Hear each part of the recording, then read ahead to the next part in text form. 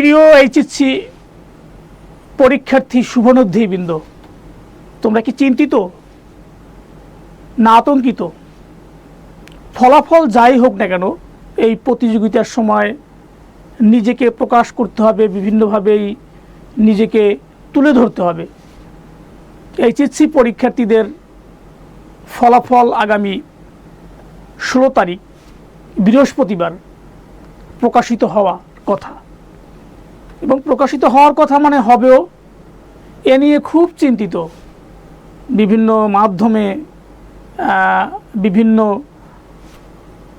Virtual মাধ্যমে বিভিন্নভাবেই news হচ্ছে কি হবে, পরীক্ষার ফলাফল সন্তোষজনক হবে কিনা, ভালো ফলাফল হবে কিনা, বা আমরা বিগত এসএসসি 25-এর ফলাফল দেখে অনেকটা ভীত সন্তুষ্ট।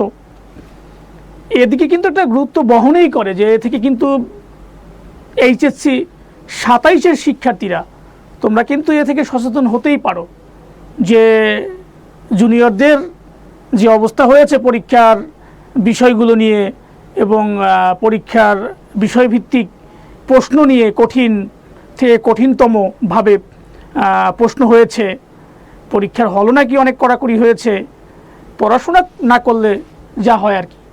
তো এই দিকগুলোর সার্বিক বিবেচনা করে আসলে যা পরীক্ষায় লিখেছো খাতায় তাই তো হবে, এবং সেই অনুযায়ী ফলাফল নিয়ে সামনের দিকে এগিয়ে যেতে হবে, এটাই বাস্তবতা। এবং 12 লক্ষাধিকেই পরীক্ষার্থী অংশগ্রহণ করছে। এর ভিতর থেকেই তো বাংলাদেশের সম্ভাব্য মানুষজন বিভিন্ন বিশ্ববিদ্যালয়ের এবং ইঞ্জিনিয়ারিং, মেডিকেলে বিভিন্ন ইনস্টিটিউটেই শিক্ষাদান করবে, এবং এ থেকে আবার অনেকেই ঝরে যাবে।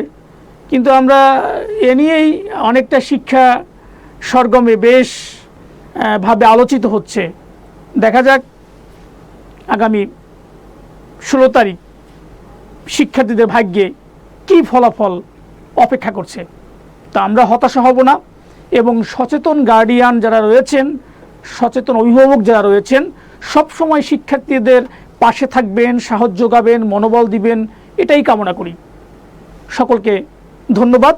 সকল শিক্ষার্থীদের জন্য শুভকামনা।